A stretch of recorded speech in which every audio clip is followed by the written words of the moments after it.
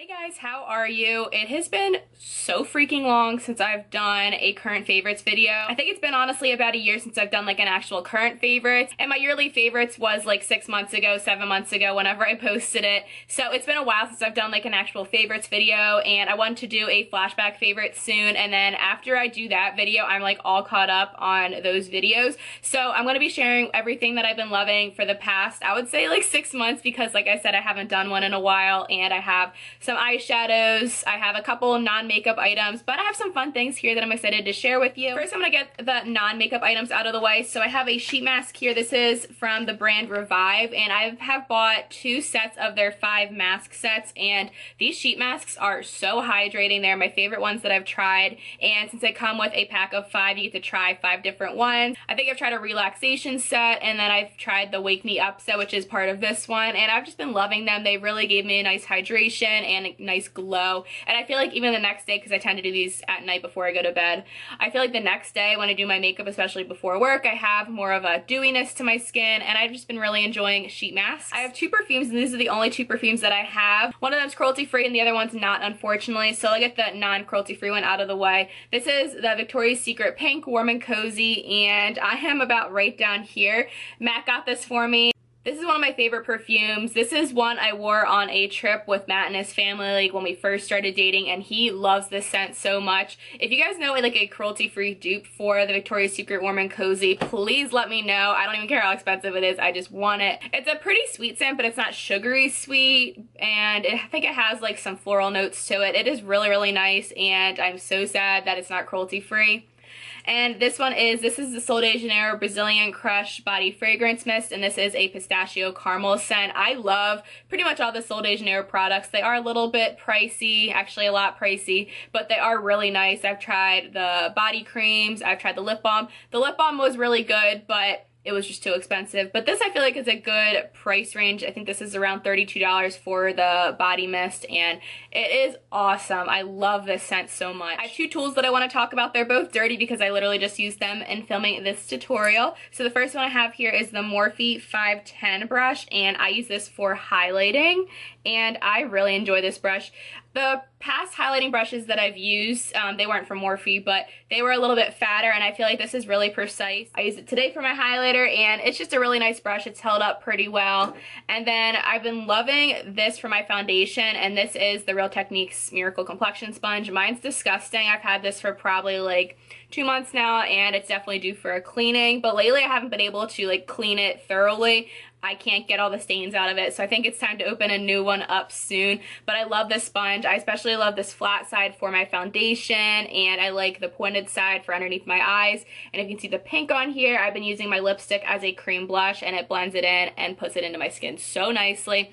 I really enjoy this sponge. I used to use it all the time, and then I didn't for a year because I feel like the quality wasn't that great. I think they are hit and miss per sponge, but I do have a backup of this, so I've just been loving this sponge. And then speaking of foundation, I do have a combo right here. So the first one I have here, this is my foundation mixer. I use it to lighten my foundations because I tend to buy only drugstore foundations because I go through them so quickly, and not all of them are the right undertone or the right lightness for me. But this is the Hard Candy Glamoflauge foundation, and this is in the shade Porcelain, and as you can see, it is like almost white. It is very light, and I do like to mix this in with my foundation. I haven't used it by itself since I bought it. I have used it before when I had another bottle of this, but lately I've just been using it as a mixer. It does look nice by itself. I think it is like a medium buildable coverage from what I remember, but I've just been using this to mix in with my foundation to make it lighter. And then I have been in love with this foundation. This is the Flower Beauty Light Illusion Luminous Makeup Nude Skin Feel Foundation. That is a mouthful. And this is in the shade, I think it's Ivory L2. And this is such a dewy, glowy foundation, and it is pretty much full coverage. I will put 1 layer on, I'll mix a little bit of this in with it, and then I will blend it in with my Real Techniques sponge. This is like a match made in heaven. And then if I need a little bit more coverage, which I typically do because I have a lot of redness on my cheeks, I will add a little bit more, and then it is beautiful. I'm definitely going to repurchase this foundation once I finish it. This is probably my favorite foundation I've ever tried, and the one that's most closest to the L'Oreal Pro Glow, which was my absolute favorite foundation before I decided to purchase cruelty-free makeup only. This is the only primer that I own and have been using. This is the Becca First Light Priming Filter, and I am down here. This was actually sent to me from Octoly a few months ago, and I had gotten the corrector in this set as well, but I think I'm going to declutter that. But I have been really enjoying this primer. It is a purple tint, as you can see, but it doesn't go into the skin purple. But here's what it looks like on my hand. My hand's like gross from swatches staining it right now.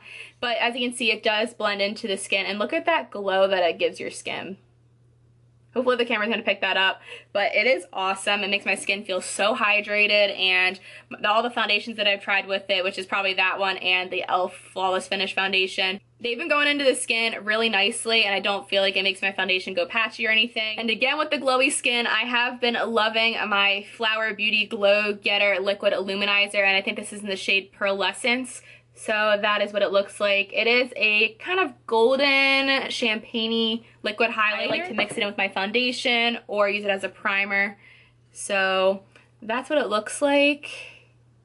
It is a little bit more glow than the primer because it is a liquid highlighter, but I don't think it's too much, and I think it blends into the skin so nicely. If I use it as a primer, it makes my skin look hella dewy, and it's awesome. And then keeping with the base skin theme, this is the Tarte Hamptons Weekender, and it is a little contour palette. I mean, it's a blush, bronzer, and highlighter, so it's not necessarily contour, but here are what the shades look like. This is beautiful. I actually just put this in my Finish 13 by Halloween to get more use out of it. The colors are beautiful for my skin. I feel like they blend in super well. And here are swatches of the bronzer, blush, and highlighter. The bronzer is Farmer's Market, the blush is Summer House, and then the highlighter is Beach Getaway. I have the blush and bronzer on today, and they just blend in really nicely. I have a different highlighter that I'm going to mention as my current highlighter today, but I love this for a more like natural look, so you can tell that it's glowy but it's not like glittery at all. The size is perfect for traveling and easy for every day because I don't really have to think about it. My blush, bronzer, and highlighter are all in here, and the formula is beautiful. I haven't actually used any Tarte powder products before, so this is a good introduction. And then I recently got this blush. This is the Milani Baked Blush in Berry Amore, and I love the packaging with the gold, but here's what the blush looks like. It's actually very similar in color to the Tarte one, but it just has a glow to it. This is beautiful. I've been loving this blush as well.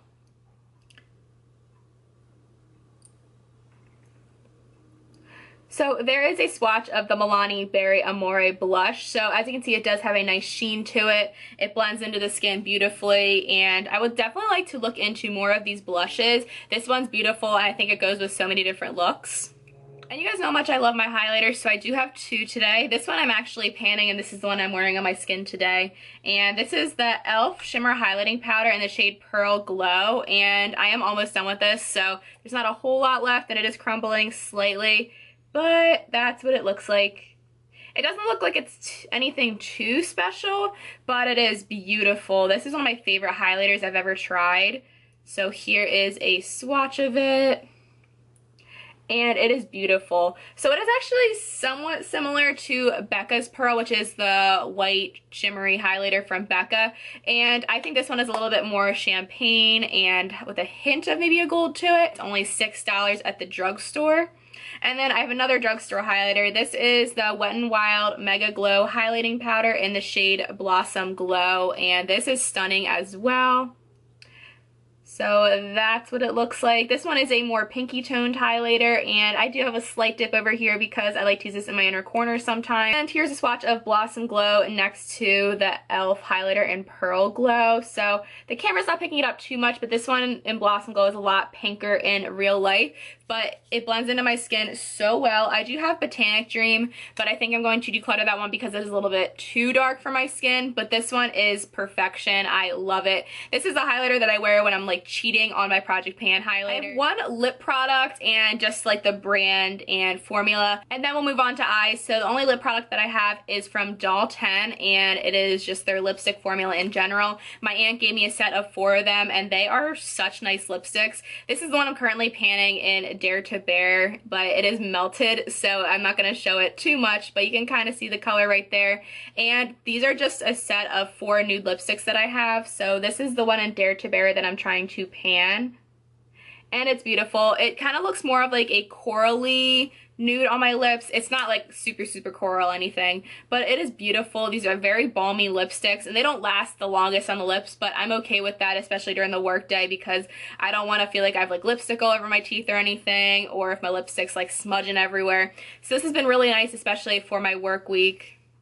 And now onto the eye products. I'm going to save my palettes for the end, but I have 4 other eye products. So the first one I have here I actually used today underneath my eyeshadow. This is the NYX Jumbo Eyeshadow Pencil in Milk. It is just a white cream eyeshadow pencil, and that's what it looks like. I like to use this especially underneath my bright eyeshadow looks. So I have a gold and pink eyeshadow look on today with a palette that I'm going to be mentioning in this video, but this like really makes it pop. The eyeshadows were really good to begin with, but this just makes them look insane. I've been really enjoying this NYX Tinted Brow Mascara, and I got this off a recommendation from my friend Beauty by Angela.